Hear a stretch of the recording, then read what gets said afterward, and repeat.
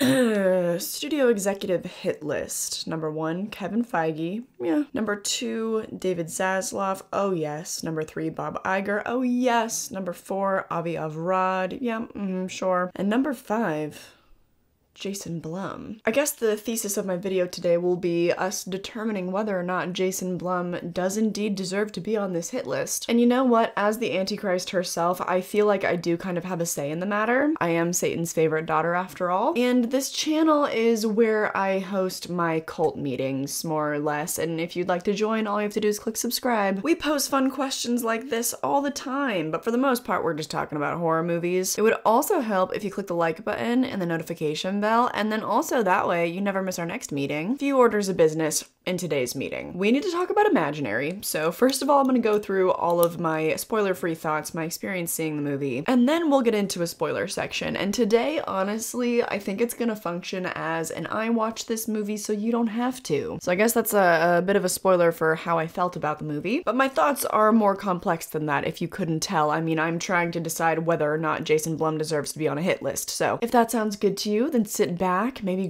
grab a drink, grab a snack, relax, and I'll just jump right into things. First of all, let's talk a little bit about the marketing of this movie. In the trailers, they make it known that a woman returns to her childhood home to discover that the imaginary friend she left behind is very real and unhappy that she abandoned him. This was a trailer that I actually did watch because I just knew in my heart that this movie was gonna be terrible. And when that happens, I don't really mind seeing the trailers. For the most part though, I am an anti-trailer advocate. If you're new here, it's just because I feel like trailers give way too much away, and I don't even really remember this trailer that much. Like, I didn't fully watch the whole thing. I maybe would have gone on my phone, but the point is I just didn't really avoid this trailer. And from what I saw, nothing about this movie was marketed in a comedic tone. It all seemed extremely straightforward, like this was supposed to be a genuinely scary movie about an imaginary friend. So imagine, quite honestly, my pleasant surprise when I'm sitting in the theater and I'm a little bit high, admittedly, and I'm with my best friend and we are cracking up at this film. I will be having a vlog coming out in another like week and a half where I bring you along with us. We went to the Universal City Walk to check out all the new Universal Classic Monster merch and to go see Imaginary. Let me just give you a little taste of that vlog so you know kind of like the headspace that we were in. Part of the ship, part of the crew, part of the ship, part of the crew.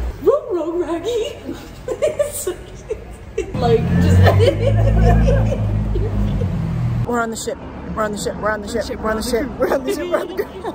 Yeah, so we were part of the ship, part of the crew. I've been really stuck on that phrase lately, particularly when I'm getting high. I don't know why. I think that that was the perfect headspace to go into this movie with. We were some of the only people cracking up in the theater though. There were like 2 or 3 other moments when the rest of the theater was laughing as well. Some moments that there was definitely like intentional comedy, but for the rest of it, I just felt like this movie couldn't really pick a lane, at least tonally. What I think it is a lack of commitment to the bit. There were some moments that you could tell that some of the actors were being self-aware, like they kind of knew the movie that they were in, but it was like the direction wasn't quite caught up to it. It seemed that on some level, Jeff Wadlow, director, really wanted to take himself seriously here, and I can't figure out why, because for all intents and purposes, this seems like a Megan ripoff. Not conceptually, but similarly because it's also a really high concept thing, and it also has to do with a child that's been through trauma making a new friend, which, oh my god, how many times have we seen that before? At least in Megan it made sense, because it was like everybody knows that this little AI doll is real. We'll talk about the intelligence of children in horror movies in a minute, but I just felt like this movie couldn't pick a lane because the moments that were scary, there would be kind of a weird blend of it feeling like they were actually trying to scare you and they were just trying to make you laugh. It was just making me and my friend laugh, but the rest of the theater sometimes would be silent, so I'm like, am I just misreading the intent here? Is it unintentionally funny, or was it all intentional and the marketing was just really bad? But in that case, I ask the question, you knew that Megan was really successful. Megan was pretty much marketed for exactly what it was, and Megan was definitely a straightforward dark comedy, so why not put faith in this one too? Why not make it clear in the marketing? Because then I just feel like your audience is thrown off guard, and I feel like for the most part, they wouldn't be pleased about that. I was really pleased about that because I love a good dark comedy, especially because I went into this movie knowing it was going to be really bad. So, you know, imagine my pleasant surprise when I actually was laughing a bunch. But for most people, if they're just trying to go in and watch an actual horror movie and then it ends up just being really stupid and they didn't sign on for the humor, like, that's no good. And the first reactions to this movie have been really, really bad. There's only 37 reviews on Rotten Tomatoes so far, but it's not nothing, you know, and it's sitting at a 30%. I do like that they are putting some marketing dollars into Rotten Tomatoes here, even though it's a really bad score. That's deeply hilarious to me. No audience score yet, but we can check Letterboxd. Right now it's sitting at a 2.3. The most average rating is 2 stars, which is actually what I gave it. Less than 3,000 people saw it on preview night, so I don't know if you guys ever do that, but that's what I do because I'm a reviewer. The movie technically drops on Friday, but there's always the Thursday night previews. That's when critics like myself go and go to the cinema. Only 3,000 people, and mind you, this movie is opening in over 3,000 theaters. I think they're projecting that it's gonna make like $30 million. I don't know about that, Chief. I'm thinking again though about the marketing, and if they had hammed it up to make it really seem like a dark comedy, they probably would have used all the best jokes in the trailer, because there's not that many of them. And then I probably would have been more disappointed because I'd be walking into it thinking it'd be a dark comedy, and then it's not nearly as funny as I was hoping. So maybe how they marketed it is for the best. I'm pretty torn, because either way it's a bad movie. Either way there's probably gonna be a fair amount of disappointment. Not everything was bad though. I would say that Tegan Burns was definitely a standout. I don't think that I had seen her in anything before. She played Taylor in this movie. She played a really, really good bratty teenager with a good arc. It's so interesting how in horror movies, real life teenagers get to play teenagers when it's a family setting, but when it's a slasher, you have 30-year-olds playing teenagers. Funny that. Oh my god, Tegan Burns was born in 2007. That, I feel ancient. The other standout in this movie to me was Matthew Sato, because I particularly liked their dynamic together. He played sort of the dumbass next door, and she was the bratty stepdaughter. They were a really good pairing in my opinion. I feel like that pairing was really underutilized. He ended up being kind of useless in the movie overall. Like, don't know why he was there, but I appreciated the scenes of them together because they played off each other really well. I would like to get a full-on comedy with the two of them, actually. Piper Braun was also pretty good as far as child acting goes. Not the best that I've ever seen, but there were a few scenes where she was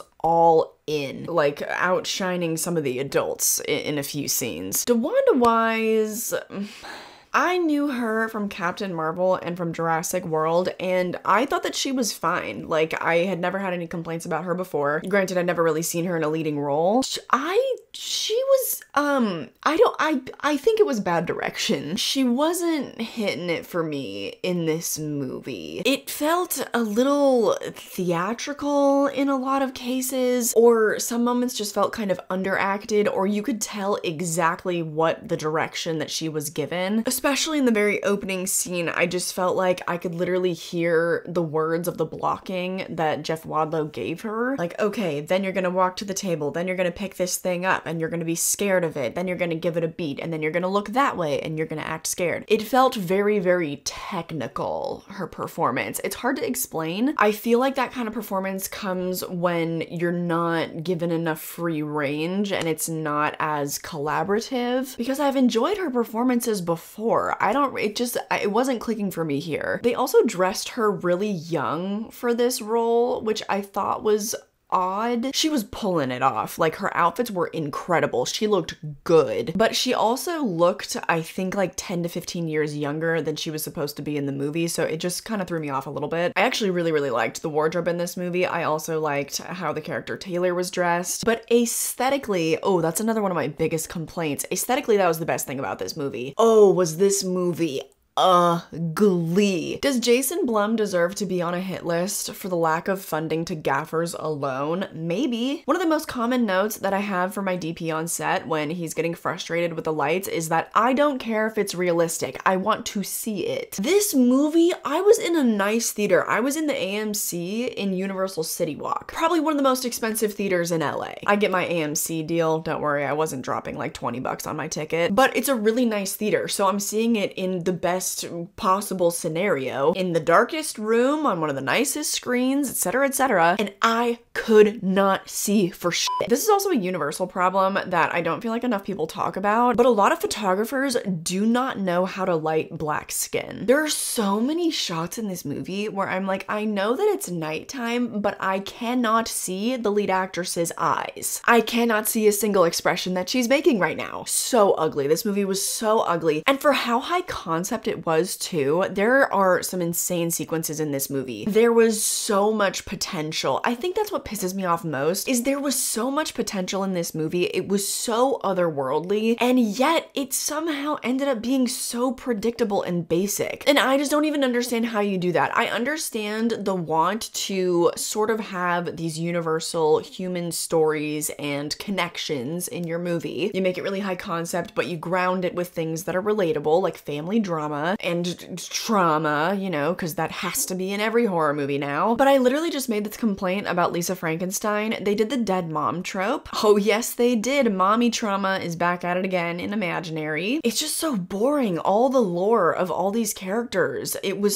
was annoyed. So then no matter how interesting the surface level story is and how high concept it is, it still remains incredibly predictable. And along with that, my last complaint about this movie, and then I'll get on to the spoiler section. Why in the year of our Antichrist, 2024, are they still trying to convince us that children are stupid? I'm done. I've had it. Why is it that in every horror movie, parents act like it's so wholesome and so cute when a child has an imaginary friend? I know that I'm about to get a bajillion comments of people being like, I had an imaginary friend. I actually had one. Yeah, what do you mean? My imagination personally did not include literally hearing voices. I had a vast imagination. I'm a creative to this day. But my imagination would have been limited to like making characters for myself. I would make personas for my Barbies and my stuffed animals, which I understand that with Chauncey Bear, that's kind of what they're trying to do. But never would I ever be having a conversation with my stuffed animal where the stuffed animal is actually responding. It doesn't start normally with Alice. Like from the moment that she meets the bear, she's very clearly having this back and forth dialogue with it. It's not something that she's making up. And I'm sorry, but like she's too old. She's too old for that. She would have been past that phase of her life. She's 10 years old, so she probably would have been like 8 or 9 when they were shooting this. I'm sorry, but that level of delusion, I could excuse it for maybe like a 4 to 5, 6-year-old. She looked too old to be doing this. I'm sorry, and I know that it's because casting an actual 5-year-old would have been a nightmare, so they had to age her up a little bit because 5-year-olds just don't really have that kind of talent. But it frustrates me so much. I don't understand why they think that I'm still gonna suspend my disbelief and be like, yeah, that child's dumb enough to get herself into this mess. Children know what's going on. I don't know how many times I have to say this, but if I were 8 years old and I started hearing voices, I would definitely be freaked the fuck out. I would probably tell my parents about that. I'm done. No more. We have had our fill of the family moves into the house and then the children start acting funny because they make a new friend. No more. Especially because when you're a child, you have absolutely no agency in the world. You're pretty terrified of a lot of things. At least myself personally, crippling fear of the dark. Like it was not right how scared I was to sleep in my own bed at night. So you think that I would just be keying it with some random voice that I'm hearing that's being projected out of my teddy bear? Are you dumb? Can I believe that this was greenlit? Yes,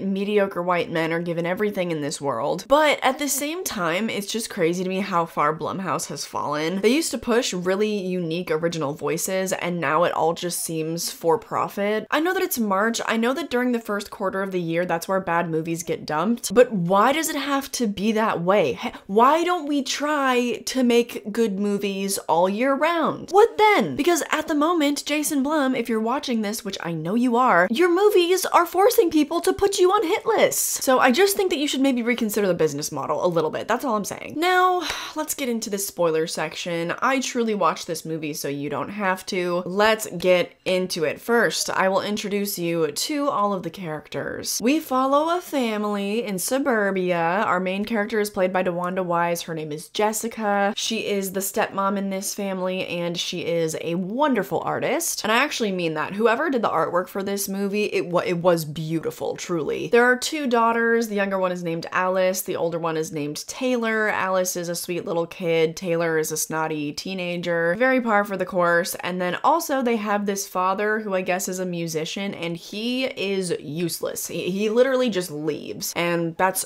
all you need to know about him. The movie starts with one of Jessica's nightmares, and this prompts them to move back into her old family home a few days early. They constantly stress the fact that this house is the only place that she's ever been happy, but they also stress from the very beginning that it's a place where she experienced severe trauma at the age of 5, and that she also doesn't really remember anything from that traumatic time. So I'm like, how? In one scene she'll be like, I don't remember, I was 5 years old. But then in multiple other scenes it's like, yes, this is my happy place, the only place I've ever been truly happy. Which is it? Pick a lane. Once they get there, of course, like I've already mentioned, Alice finds Chauncey the bear. And of course, it's a horror movie. Weird stuff starts happening when she finds this bear. Also in the beginning, they're setting up this lore for Alice that she has this crazy burn on her arm, and she's so traumatized, it's to the point where when she even sees the fire on the stove, she's like, and she like pulls her sleeve up. It's very hammed up, honestly. I found that kind of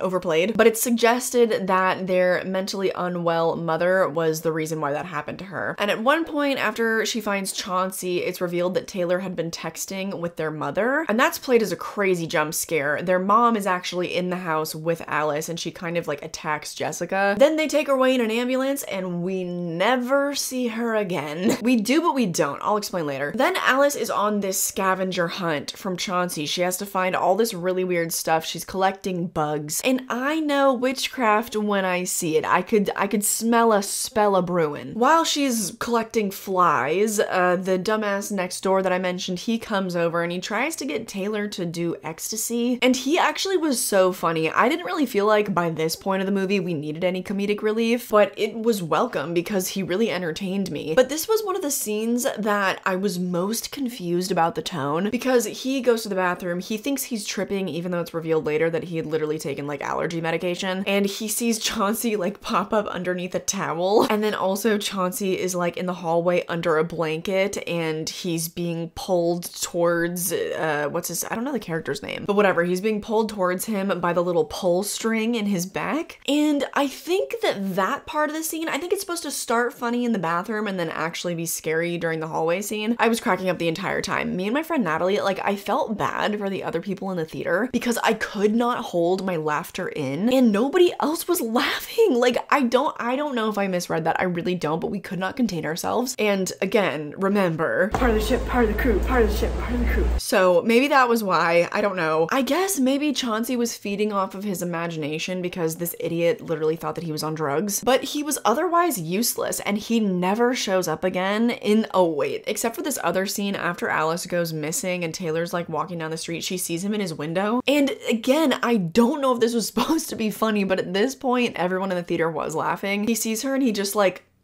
closes the window. I think that was supposed to be funny, yeah. But he's useless. Like, there's so many loose ends that don't get tied up, and I'm like, why were these characters even there to begin with? Anyway, after Alice has been collecting all of this stuff, Jessica saves her from nearly smashing her hand into a nail. And then at that point, she's like, okay, this child needs help. And the father is gone, right? He never comes back. I'm telling you, he never comes back. Not even after this. Not even when then she calls a therapist to the house to speak to Alice. And during that visit, it's revealed that Chauncey the bear doesn't actually exist. Like Jessica and Alice were the only ones that could actually see this stuffed animal. And I will admit that that's a twist that did get me, but it was a twist that was so dumb. And that's a recurring pattern. Also, during this session, I think this is the first time that Chauncey's voice is revealed, and it's really just Alice's voice, so it's not frightening at all. It's so dumb. So in this therapy session, it seems like Alice is projecting her voice because she's doing both of the voices. And the funniest line of dialogue in the entire movie, the therapist comes out and is talking to Jessica, and she's like, has Alice picked up any new hobbies like ventriloquism? Busted up,